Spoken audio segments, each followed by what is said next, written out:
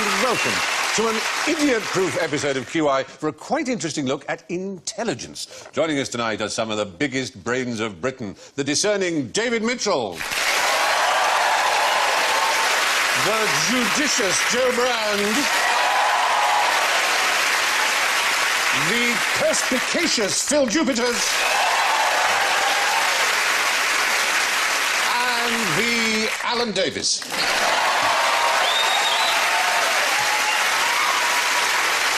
And they're absolutely buzzing with intelligence. David goes. Jo goes. Phil goes. And Alan goes. Pass. There we are. Anyway, don't forget your Nobody Knows jokers. Would you dream of forgetting them? Nobody knows. Yes, in this series there is one question to which nobody knows the answer. Right, question one is pretty challenging, right? And very much the kind of thing that gets discussed by academics in the finest universities, so you may want to make notes. How do you get a goose interested in volleyball? Jo. I like to reply with the question, how do you get anyone interested? I believe the removal of clothes is part of the...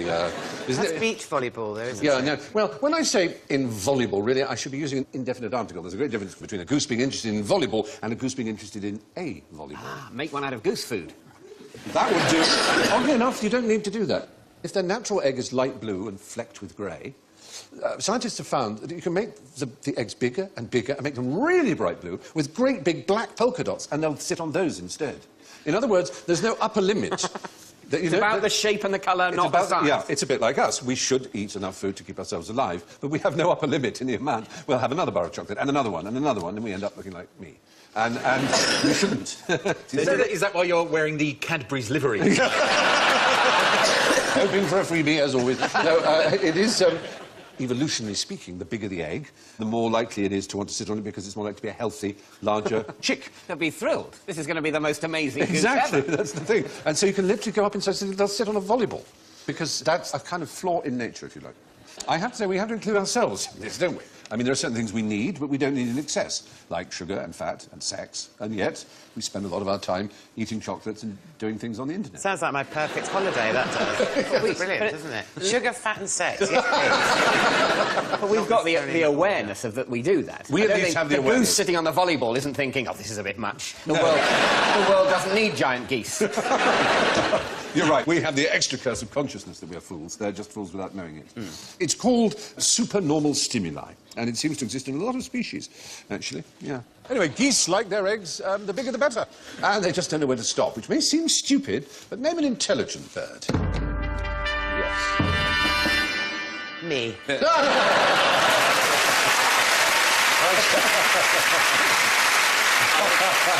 I was going to say Shirley Williams.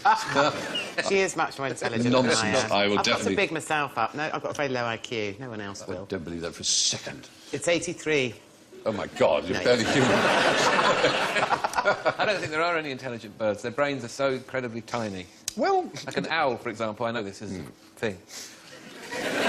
65% of their skull is the eyes. The brain is virtually nothing. Yes, you're right. It's very hard to judge intelligence in a bird. There are different ones. Can they count, is one, and certainly there are birds that can count.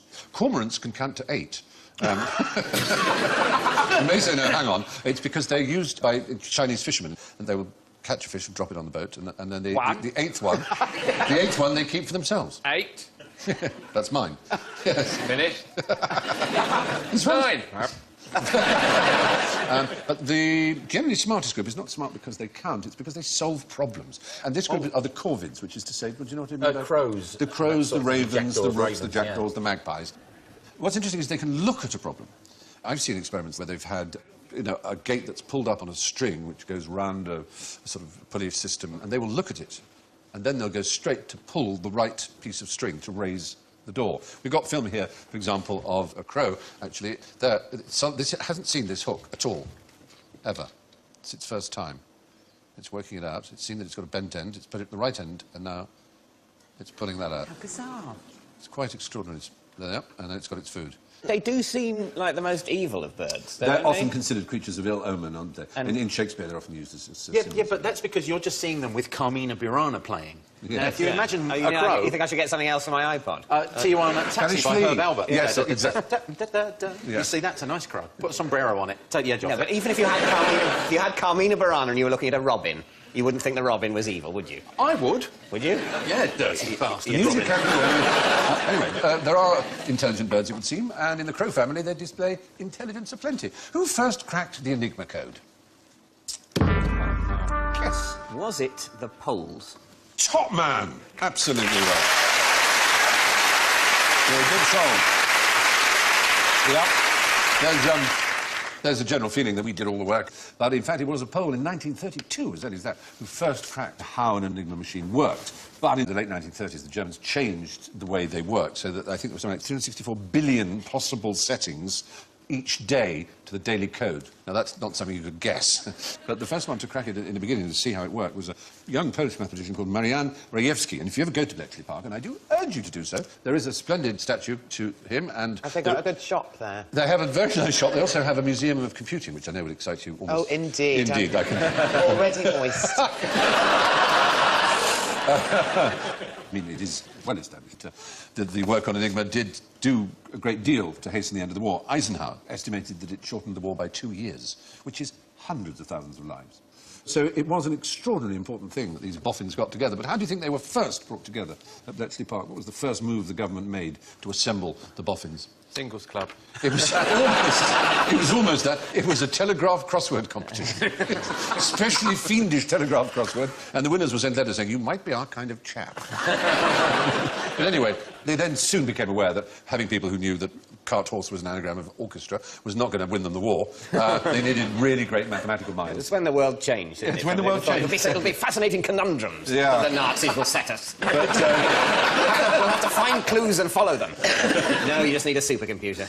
But fortunately, there was a man ready for it. It just happened to be that history had thrown up a quite brilliant mathematician called Alan Turing, who was at Cambridge at the time. There he is. He's considered the father of computing, one of the truly great men of his time. And you may remember Gordon Brown making an impassioned but far too late apology on behalf of the British government for his terrible death. He was persecuted for his homosexuality and chemically castrated and then committed suicide by eating a poisoned apple. And there are many to this day who believe that Apple Computers named their apple with the bite out of it in honour of Alan Turing, the father of computing. And I was in a position to ask one of the founders, Steve Jobs, and he said it isn't true, but God, we wish it were. It's just a coincidence, but they're very proud that people think it might be, because he was a simply extraordinary man. But the real fiendish thing was not Enigma, it was called Lorenz. And for Lorenz was used between German High Command and Hitler himself, basically. And Lorenz was unbelievably difficult. And for that, Turing and his team built what really was the world's first computer. It was called Colossus. And it was way ahead of its time. It was quite extraordinary. It was all a complete sort of national secret until very recently, wasn't it? Or quite recently. Absolutely. There is Bletchley Park. And it is open to the public. I'm a big advocate for it, so I make no apology for banging its drum. It's a great place. It's an interesting choice that we took as a nation, though, you know, during the Second World War, which was an expensive experience for us and left us bankrupt. But out of it, we had basically invented the computer, and we decided to make it a secret. Yes. Rather than, in any sense, attempting to monetize it. Actually, we gave the secret of Colossus to the CIA. Oh, superb. Yeah. Oh, well, yes. I know. That's an excellent move. It was. No one will be needing that. But there's a great memo, because there are a lot of people in the British government who thought, what are these people in faintly damp tweed with pipes and glasses doing, writing on bits of paper here? And that's quite a big budget. And what are they doing? And Churchill had a look round, and a fellow explained to him what they were doing. And then there's a very famous memo in Churchill's hand that just says, give them what they want.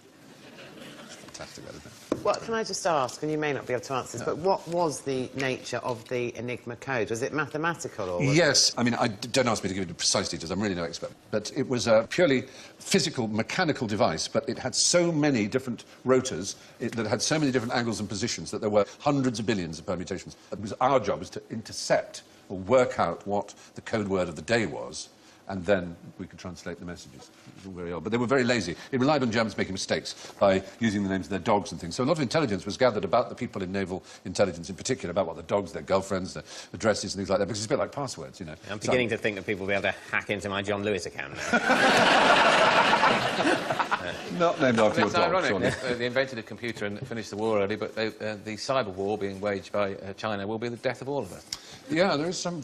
You know, the worry about it is... I mean, I was speaking to a man at Los Alamos, which is where they developed the nuclear bomb, and obviously the science now goes in other directions.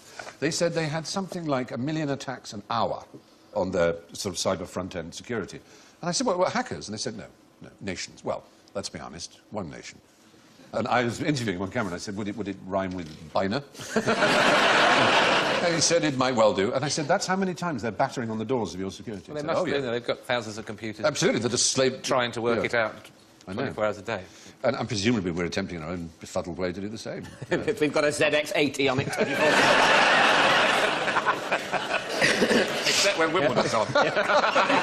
Yeah, we've got a pro that can get a tiny bucket out of a Perspex stew. Take that, China. Now, how long does the perfect job interview last? Yes, Joe. How long does a blowjob take?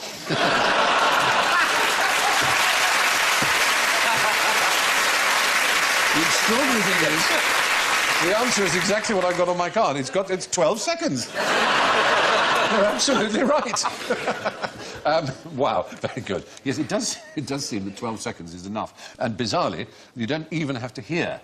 You can see video of someone, and most people will agree, give him or her the job. After 12 seconds, the mind has been made up, it seems. There's something about the attitude, the confidence, or whatever it is, it's likely to come across in 12 seconds. And if it hasn't come across by then, it won't come across any more than that. So it would seem. Have you ever had to apply for a job? I've applied for loads of jobs. Yeah. Never got any of them. You're here, aren't you? Yeah, well, that's true. You I got didn't this apply, one. though. I slept with you, Oh, as that's you well right. know. One of the best 12 seconds of my life.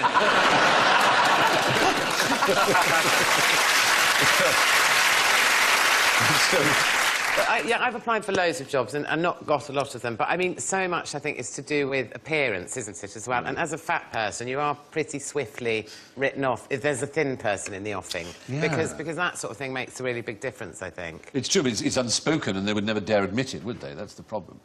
Well, they told me a few times. Have to employ you, but they've got a thin person. I understand.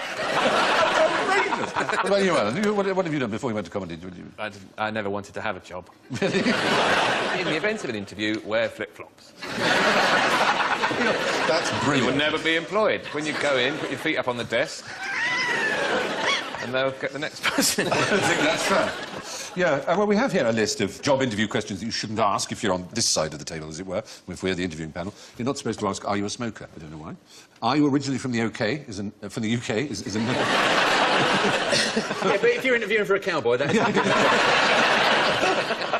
I was going to say, it's not OK to say, are you originally from the UK? And I just screwed it up. Do you have children who will need to be looked after? You shouldn't ask. In the event of a fire, will you stop working? Do you plan to have children in future? You're not supposed to ask. And then, what are your weaknesses, is a common question, given no. The temptation, of course, is to attempt to subvert it by naming a weakness which is actually a strength. Oh, my trouble is I'm just a terrible perfectionist. You know, I just can't stop working at things until they're completely perfect. I'm so punctual. Yes. Well, my problem is I'm really nice. I think I'm too nice, you know. And that is transparent, so don't do that. So you're supposed to say one that is kind of not terrible. Like, I tend to get bogged down in details, but I'm making a real effort about that. That's all. I'm a terrible thief. I love other people's stuff. I also can't... Oh, look, there's a squirrel. What are your weaknesses? Heroin and masturbating, not necessarily in that order. What are your strengths? No, here's another one. Don't say... Odour. I've got a powerful odour. It only gets stronger as the day goes on. You're still wearing your I don't want a bloody job hat, aren't you? These feet stink by 4 o'clock. Apparently, don't say I work well without supervision, which may seem good, but it sounds I resent management, is what you're saying.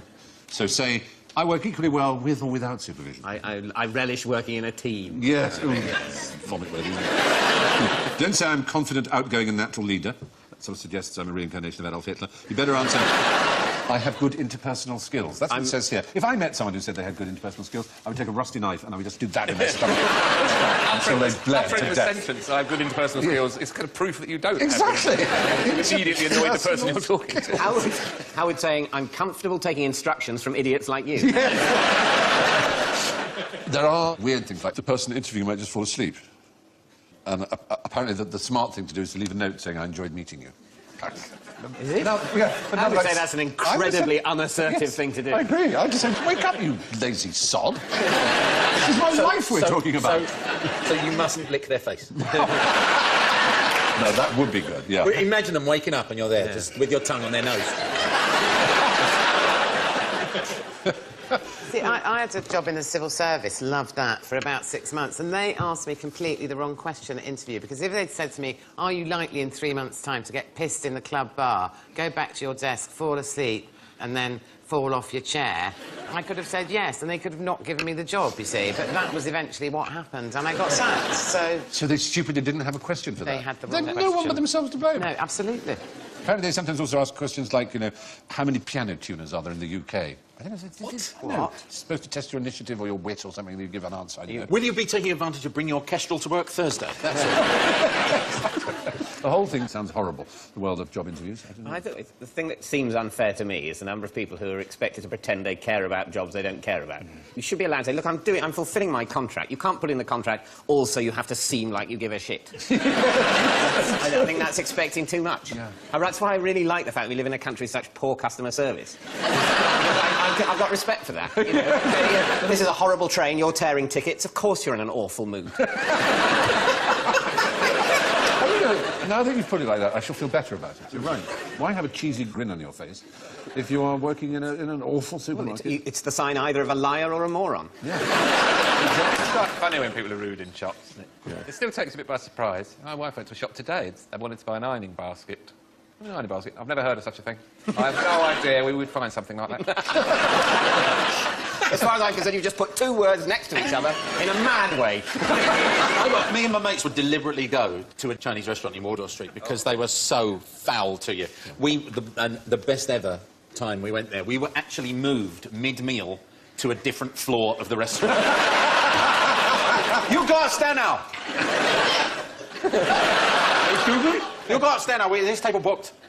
I'm in the middle of my dinner. Oh, you got there. The army of waiters moved our meal completely upstairs. I was pissing myself. Fantastic. Well, the fact is, job interviews only need to last 12 seconds, it seems. Of course, it helps to believe in yourself as well. How do you know if you're incompetent? Is it because you did very badly at your last job, which involved organising a piss-up in a brewery? You'd think that would be a hint, wouldn't you? No, there's a thing called the Dunning-Kruger effect, which is if you're incompetent, you don't know it, because the thing that makes you incompetent means you don't realise what the competent thing is. So let's imagine you've got a rather mediocre doctor who hasn't diagnosed something that a smarter doctor would have done. The incompetent doctor doesn't know he's incompetent because he doesn't know what it is that he hasn't done. Do you see what I mean? Doesn't he realise that when the patient dies, though? Patients die anyway, only if some really smart doctor said, didn't you ask him if he had this? Then they go, oops. But the fact is they don't know they're incompetent. That's sort of what makes you incompetent. The fact is we don't know what we don't know. So you're saying you can tell if you're incompetent if you're happy? Basically. Right. Basically, that's right. There are incompetent people who I think you feel must know that they're incompetent. There were a couple of thieves in America, you'd be surprised to know, who disguised themselves thusly using magic markers. They thought they'd get away with that. That was in Iowa. There's a look of realisation in their eyes. All right. Yes, we now realise this wouldn't have been sufficient. Yes. In 1994, a 31-year-old plumber and part-time terrorist called Idsalid al-Jahalin entered the cinema Zalwa in al-Zarqa in Jordan with a bomb. It was showing X-rated films, which he disapproved. So he planted his bomb under a seat, but then carried away watching the film. And it exploded and took away both his legs. The bomb? Yes. Thank God. Isn't that excellent news? Anyway, very strange. Now, would you like to see an ingenious interlude? I've been trying in this series to get better at these little chemistry experiments. They're always my favourite bits. They are fun. This is a speaker, as you can see, and this is corn flour mixed with water, such as you would buy in any high street corn flour shop or supermarket, used as a thickening agent for... It's not green, though. No, we've made it green to make it stand out more. Okay. It has a particular property, this. It's a non-Newtonian fluid. It's very peculiar. What I'm going to do is I'm going to pour it here. Gloopy, I think is the word there. And unlike most liquids, which change their viscosity according to their temperature, these change their viscosity according to pressure, action on them. And we hope that a little bit of sound, played by Ben, our sound man now, is going to cause... Hello. As you see, it's beginning to vibrate. But as it gets louder, the effect will get more, I hope, extraordinary. Oh, it's a wonderful feeling. I might be able to just give it a little bit of a tickle with a spoon. Oh, there we go. There you are, see it there. If you give, whoops, the whole stay, and you start to get, basically, little morphs making love with each other. Oh, there you go. You have just screwed every stereo of every QI viewer. Isn't that creepy? Margaret, get the It's like cornflower. little wavy green people. And they're all riding and making love, and it's kind of like... Yeah, that's what you You're said. adding back. Yeah, well, it I looks think like... they've been burned alive. Some of them are waving. Help me, I'm drowning! Isn't it extraordinary? And all of that is water and cornflower. It's quite amazing. What? Yeah, it's the actual action, it's the vibration, it's the physical effect that changes the viscosity. And they will Let's carry all on, gather round. they climb out. It actually looks as if they're trying to climb out, doesn't it? Yes. It's rather beautiful.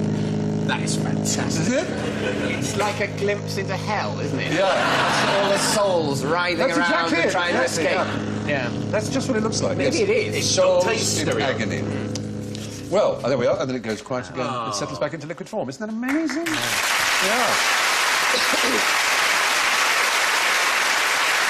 Well, I've got cling film, but they've not furnished me with a wet wipe. Oh, look at the look on it. Yes. Would you like a tissue? Anyway, I was at work tonight and I've got Oh, green thank gum you. all over my purple suit. Yeah. I look like Jack Nicholson. Anyway. Oh, there we are.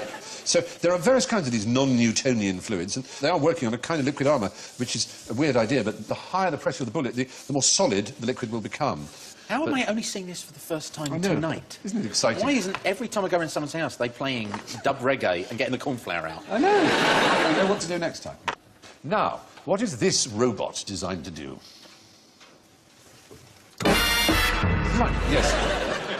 To overthrow the puny humans? That's what most robots are designed to do, of course. It's for hanging a jacket on. Well, it's sort of...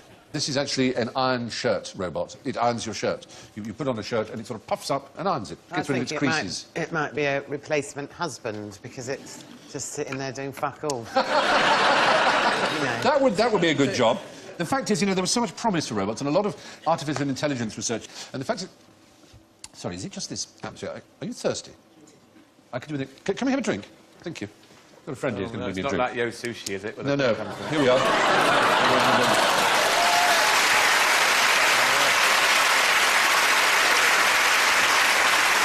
This is for you. Thank you. That's very kind of you. Welcome to QI, Asimo. Thank you, Stephen. It is great to be here. Isn't he marvellous? Here I am, brain the size of a planet. Opening doors. So you're the most advanced humanoid robot on the planet, is that right? That is what they tell me. Why don't you show us what you can do? I would love to. Is he going to kill me? Honestly, I promise you, you are going to be impressed. I mean, this is... but when it's this movement that is so simple to us. You know, they can do calculations we could never dream of doing, any computer, but this movement he's doing, he's going to go down a step, right? Just give him time. He falls There over, goes. that's 20 million quid up this one, isn't it? Now.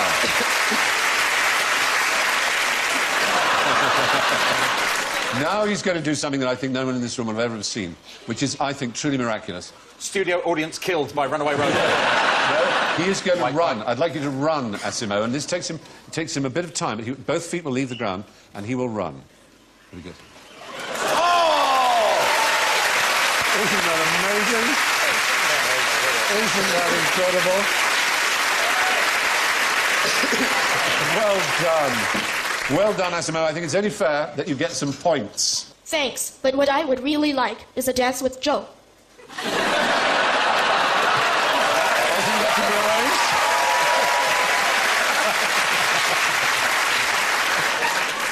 He wouldn't say that if he'd met me. Hi, Joe. Hi, Asimo. I'm married, sorry.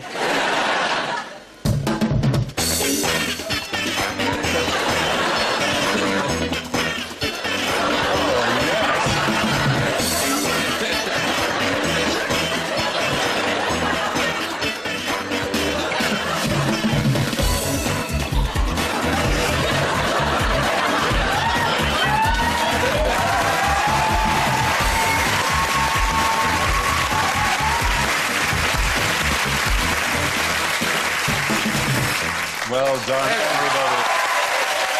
Oh, he's bowing. Amazing. I Thank scored. you. Thank you very much, Asimo. Goodbye, then. What's the battery life on one of these?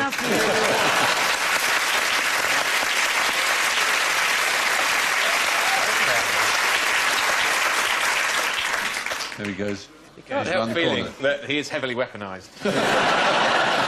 So why do you think he's called Asimo? Well, can I just say, first of all, it's bloody depressing that even a robot can dance better than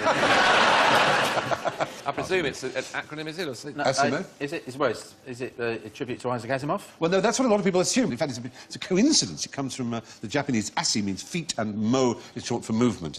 They're most proud, as you can see why, of his extraordinary ability. I mean, the amount of technology that goes into getting a machine that can walk bipedally like that and run. We saw him run. I mean, we're at that stage now, which is actually amazing to watch. But how far are we now from Mechagodzilla? Ah, that's what you need, isn't it? That's a great, big, tall one, bigger than buildings, running around Tokyo. Breathing fire as well, doesn't he? I don't know that Mechagodzilla breathed fire as much as had missiles in his fists. Oh, yes. Well, it's got to be one or the other, anyway. I'm not absolutely sure about the voice, though, because to me it sounds a bit like Michael Jackson, which is a bit chilling. Yeah, I know what you mean, and straight away it'd be more reassuring if it was a mechanical voice. Sort of... Like a more sort of, hello, Joe, do you want to dance? Or maybe if it Bernard was like Manning. Stephen Hawking, he could talk to you like him. Yeah. Yeah. I think it would have been more reassuring if its dancing was sort of like robotic dancing, you know, rather than trying to be human. I find its attempts to be human tragic. Well, aren't you easily pleased? What I'd like now is for it to be like Jerry Springer and the robot runs on and goes, who are you calling rubbish? And then big blokes in QI black T-shirts have to pull it off of it. Get off me, you slags. Get off me, you slags. He was asking for it. I want a DNA test.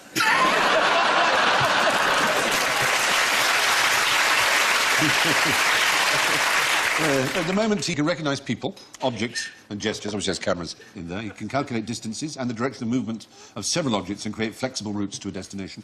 He can also hear and speak to a certain extent, as we heard. He can currently understand about 50 different calls and greetings, as well as 30 different commands, and can react to them accordingly. There's a long way to go, but nonetheless, I was bloody impressed. And I say thank you very much to Asimo and his handlers. Thank you.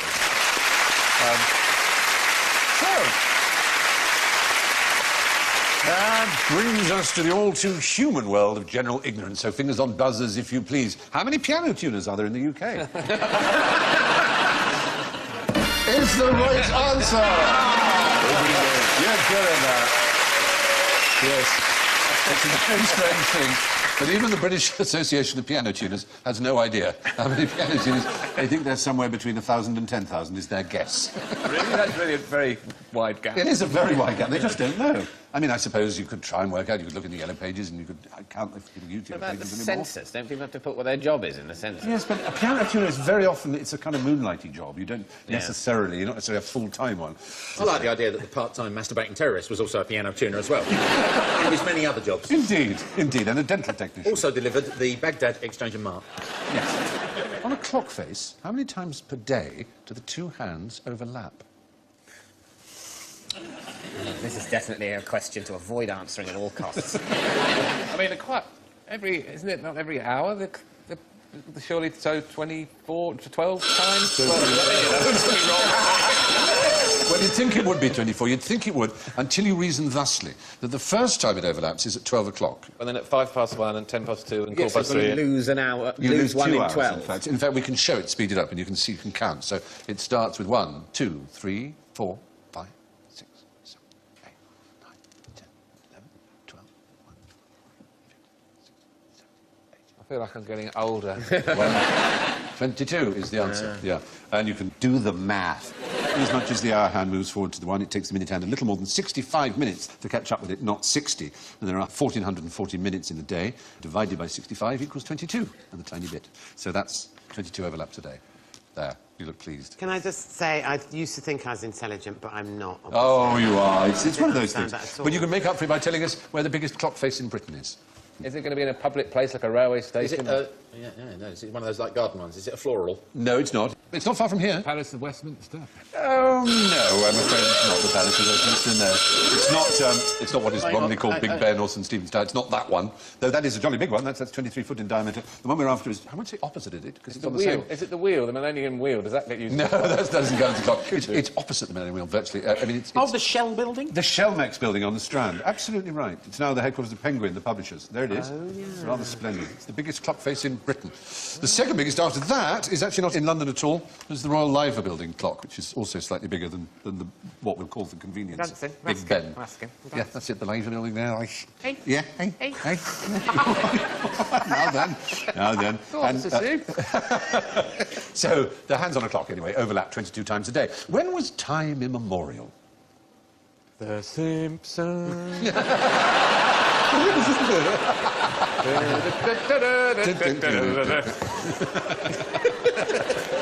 The time before the Simpsons started. Yes, I suppose that we can. I don't really understand what time immemorial means. What it means is if you say, for example, if you can prove in a court of law, say, that you've been grazing your sheep on a piece of common land since time immemorial, that means that you don't have to re-justify your right to do it. That it's a practice that is established and it's been done since time immemorial. Does it literally mean forever? Well, no, it doesn't. It actually specifically originally meant the 6th of July, 1189. Which There must have been a lot of excitement in the run-up to that. Time immemorial tomorrow. So at last we can get things sorted. Because whatever's happening tomorrow, we stick to. It was the day of the coronation of a particular sovereign in our country. Richard the First. You read history, and that's damn good. It shows that wasn't a wasted education. It was indeed Richard I who was crowned in 1189. And for some reason, it was decided then that the first Statute of Westminster, which was a few years after his reign, it defined his reign as the limit of legal memory. Did they have to raise such an army just to catch those 2 seagulls? There they are! After them, men! They've been flying since time immemorial! The one on the right is saying, I can't believe we're doing all this for those 2 poxy seagulls.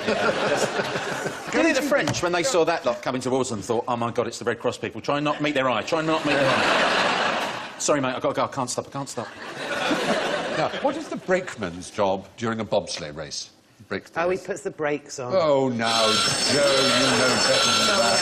I'm just trying to move us on. No, he's the last one to jump on. He's the one who gives it the biggest impulse. He's the strongest, usually. He's the one who gets it really accelerating. You're not allowed to brake during the race, because you could really ruin the smooth surface of the ice. There are other versions that are done on bobsleigh courses. There's luging. What does luging involve? Going down on a tea tray. Yeah, that's right. And in which direction, as it Feet were? first. Feet first is luging. And then what's the other one where you're head first? Suicide. Yeah, you'd think. The Cresta Run is a skeleton, which is where you're head first and you slide down at incredible speed. And there was a time in the late 19th century when the fastest humans on the planet were people who did the Cresta Run. There was no... until the invention of the aeroplane. But I've got a supplementary question which might help you get some points again.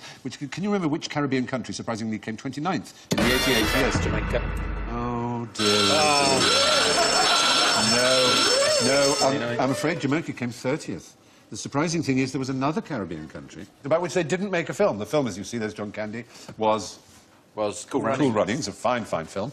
But for some reason they decided that the heroic achievement of the Dutch Lesser Antilles team was not worthy of a film.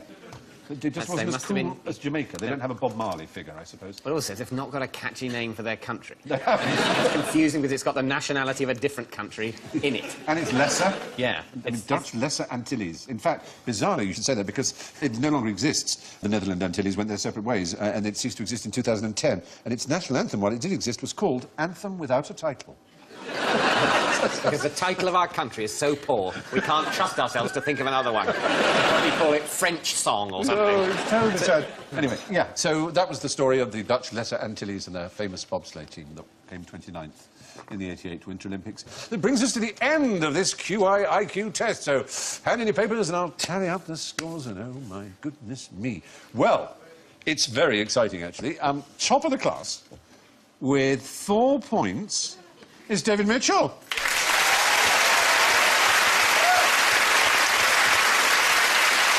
In second place with -4 is Phil Jupiters.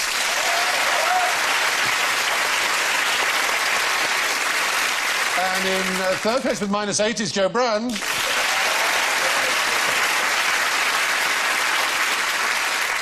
In clear last place with -16 is Alan Davis. But the clear winner this week, with an extraordinary 32 points, is the magnificent Asimov!